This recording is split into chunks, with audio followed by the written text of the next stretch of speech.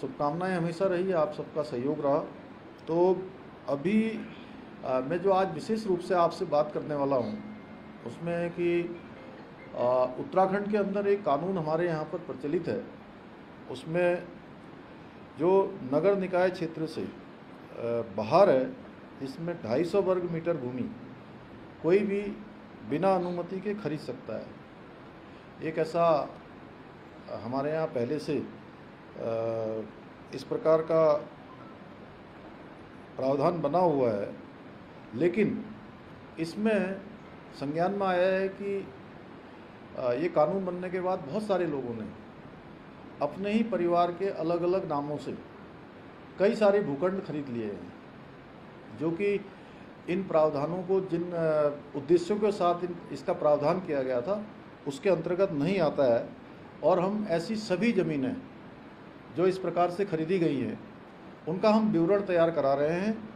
और ऐसे लोगों के विरुद्ध सख्त कार्रवाई की जाएगी। और जितनी भी ज़मीनें इस प्रकार की निकलेंगी,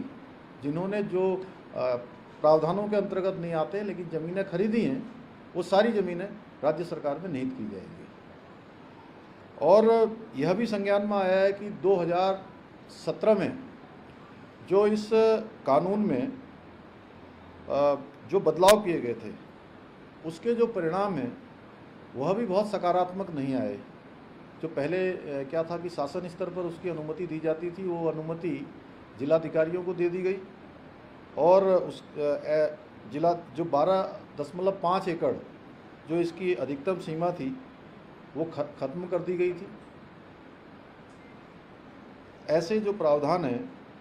इनकी भी समीक्षा करेंगे और आवश्यक होगा तो इन प्रावधानों को भी समाप्त करेंगे, जिससे कि जो ज़मीनों की खरीद फरोख्त है, ज़मीनों की जो एक लैंड बैंक बनाने का और तमाम प्रकार से उसका दुरुपयोग जो हुआ है, इन सब को रोकना इसके पीछे हेतु है।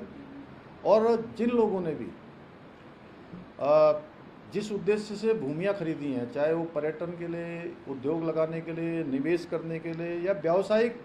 प्रयोजनों के लिए जिन्होंने भूमि खरीदी और उसके बाद उस भूमि का उन्होंने उस प्रयोजन के लिए उपयोग नहीं किया, ऐसी ज़मीनों का भी हम विवरण तैयार करा रहे हैं। और ऐसे लोगों के विरुद्ध भी जिन्होंने जिस प्रयोजन से भूमि खरीदी और उसका उपयोग नहीं किया, उनके खिलाफ भी सख्त कार्रवाई की जाएगी और ऐसी ज़मीनें भी राज्य सरकार में निहित की जाएंगी जो इन कानूनों के तहत जिस प्रयोजन के लिए ली गई थी लेकिन वो प्रयोजन उन्होंने पूरा नहीं किया। इसके साथ साथ मैं एक बात और आप सबसे लोगों से कहना चाहता हूँ, आप सबके माध्यम से सभी से कहना चाहता हूँ कि उत्तराखंड का मूल स्वरूप बचाने के उद्देश्य से उठाए जा रहे ये कदम, इन कदमों से किसी भी ऐसे व्यक्ति या उन संस्थाओं को परेशान होने की आवश्यकता नहीं है जो निवेश करना चाहते हैं, अपना उद्योग लगाना चाहते हैं।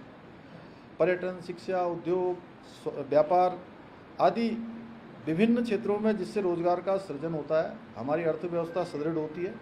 उनको बिल्कुल भी इसमें कतई चिंतित होने की आवश्यकता नहीं है कि उनको किसी प्रकार से इसका प्रभाव होने वाला है।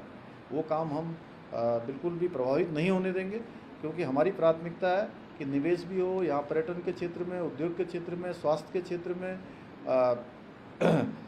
शिक्षा के क्षेत्र में। लेकिन जहाँ भी इस प्रकार का दुरुपयोग हुआ है वहाँ पर हम इस पर सख्त कार्रवाई करेंगे। और हमारी सरकार भू कानून है, मूल निवास है, जो ऐसे मुद्दे हैं, इन सभी मुद्दों को लेकर हम हमेशा से संवेदनशील रहे हैं। हम संवेदनशील हैं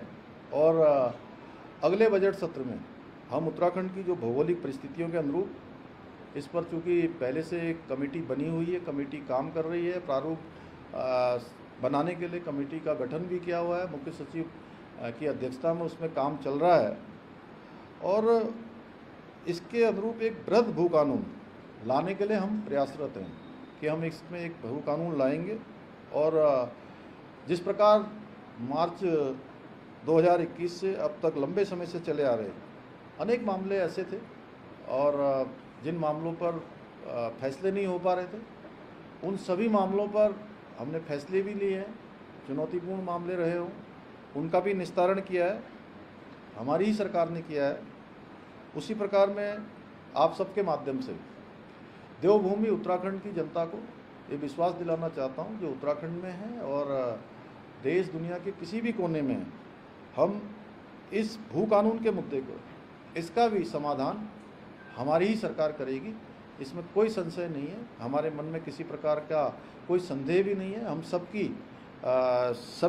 भावनाओं के अनुरूप, सबकी संभावनाओं के अनुरूप, सारे हमारे पक्षों से वार्ता करने के बाद सभी जो विशेषज्ञ हैं अनेक विषयों के, उन सब का परामर्श लेकर हम इस पर भी काम करेंगे और इस पर भी निर्णय लेंगे।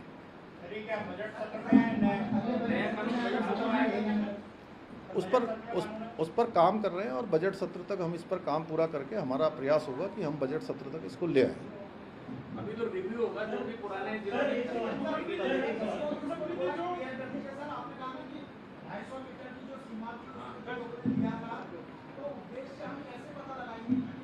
नहीं वो नहीं,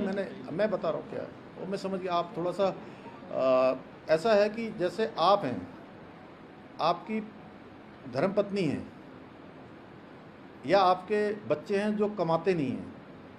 जो आपके ऊपर आश्रित हैं, वह आपका परिवार की जो परिभाषा है, और